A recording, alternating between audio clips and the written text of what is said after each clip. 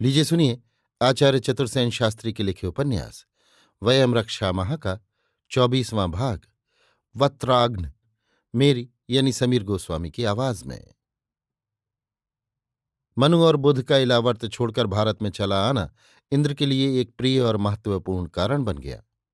ये महत्वाकांक्षी खटपटी तो था ही, अब वो इस समय देवों का एकमात्र कर्ता धर्ता और नेता बन गया। विष्णु में अब विरोध की सामर्थ्य नहीं रही थी और उसका उत्तराधिकारी भारत में आर्यावर्त की स्थापना कर चुका था। इस प्रकार एक प्रबल प्रतिस्पर्धी उसके मार्ग से हट गया था। अब उसने भी अपने साम्राज्य के विस्तार पर दृष्टि डाली। इसी समय इलावर्त में एक बड़ी घटना घटी। पाठक इंद्र की महत्वाकांक्षा को भूले न होंगे। वो इस समय देवों का नेता बन गया था। पाठक ये भी जानते हैं कि इलावर्त के पश्चिम प्रदेश के मित्तनु और दक्षिण के उस ओर उमा आदि बेबीलोनियन जाति की रियासतें उसकी मित्र थीं तथा उत्तर के पर्शियन प्रबल शत्रु थे। अतः उसने अब पूर्व की ओर अपना प्रसार किया और पंच सिंधु की सीमा पर अपनी देवसेना लेकर आ धमका। उस समय वर्तमान सिंध और पंजाब के उस संयुक्त क्षेत्र को, जिसे आज पाकिस्तान कहते हैं, सप्त सिंधु कहते थे। उसका अधिपति असुर याजक भृगुवंशी त्वष्टा का पुत्र वृत्र था। ये दासों का नेता था। वृत्र बड़ा धर्मात्मा, तेजस्वी और बलवान था। मरीचि पुत्र सूर्य विष्णु वृत्र को बहुत मानते थे। वृत्र का तेज अपरिसीम था। सप्त सिंधु प्रदेश में उन दिनों दासों के अनेक खंड राज्य थे, जिनका नेता और अधिपति वृत्र था। इंद्र से त्वष्टा का मित्र भाव न था, द्वेष ही था। इसी बहाने को लेकर इंद्र ने वृत्र पर चढ़ाई कर दी। इंद्र पर सूर्य विष्णु की कृपा थी। उनसे इंद्र ने स्पष्ट कह दिया कि आप इस मामले से दूर रहें। मैं वृत्र का वध कर उसके राज्य को जय करूंगा। वृत्र विष्णु को बहुत मानता था। सारे दास ही विष्णु को वृत्र का बहनोई समझकर मान करते थे। ये किसी को आशा न थी कि विष्णु की सलाह से सब काम करने वाला इंद्र उस पर आक्रमण कर देगा। परंतु सूर्य विष्णु बड़े दीर्घदर्शी थे। उन्होंने सोचा, हमारे पुत्र मनु और दामाद बुध भरतखंड में आर्य राज्य स्थापित कर चुके हैं। अतः ये अच्छा ही है यदि सप्त सिंधु में देवों की जय हो जाए। इससे आर्यावर्त और देवलोक दोनों ही परस्पर संबंधित हो जाएंगे तथा दैत्यों और असुरों से युद्ध के समय देव और आर्य परस्पर सहायता कर सकेंगे। इन्हीं सब बातों को विचार कर विष्णु ने चुप्पी साध ली। दुर्भाग्य से दासों में परस्पर फूट थी। उनके सब खंड राज्य स्वतंत्र थे। इसी से वे संपन्न होने पर भी अपना साम्राज्य न बना सके।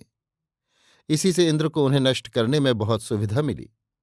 उसने त्वष्टा के पुत्र तृष्णा विश्वरूप को अपना पुरोहित बनाने का प्रलोभन दे अपने पिता से वज्र ला देने को राजी कर लिया।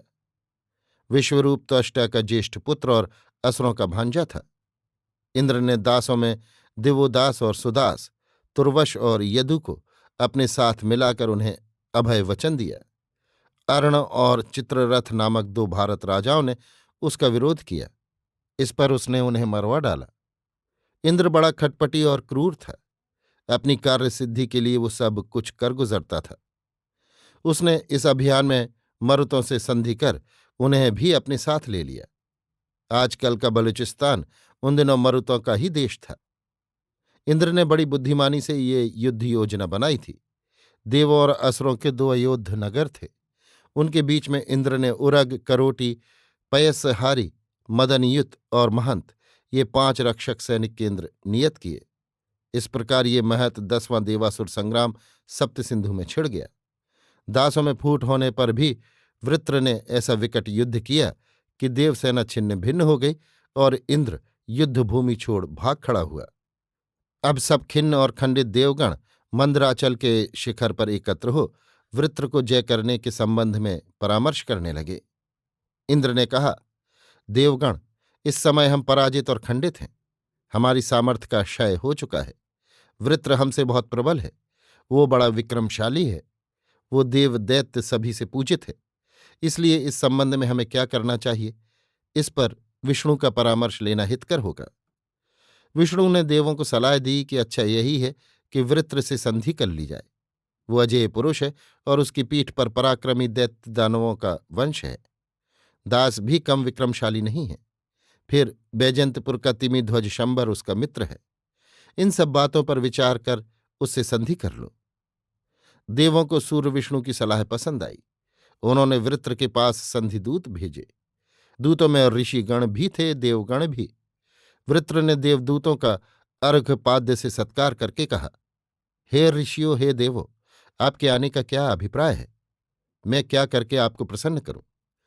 ऋषियों और देवों ने कहा, हमारे आने का अभिप्राय ये है कि ये देवासुर संग्राम समाप्त हो जाए। देव दैत्य सभी दायाद बांधव हैं, बंधुभाव से रहें। आप कृपा कर देवराट इंद्र से संधि कर लीजिए। वृत्र ने कहा, दो तेजस्वी पुरुषों में मित्रता नहीं हो सकती, किंतु एक बार तो सज्जनों का संग हो ही जाए, पीछे जो होगा वो होगा। सत्संग ही हमारी प्रार्थनीय वस्तु है। सत्संग से मित्रता दृढ़ होती है। धीर पुरुष के लिए मित्रता संकट में सहारा देती है। अर्थकष्ट के समय वही धनरूप हो जाती है। सज्जनों का समागम अमूल्य और प्रयोजनीय है।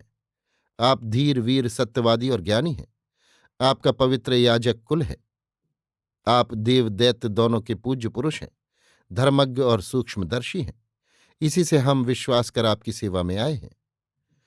ऋषियों और देवों के ये वचन सुन वृत्र ने हंसकर कहा, इंद्र बड़ा कुटिल है, वो पीछे विश्वासघात करेगा।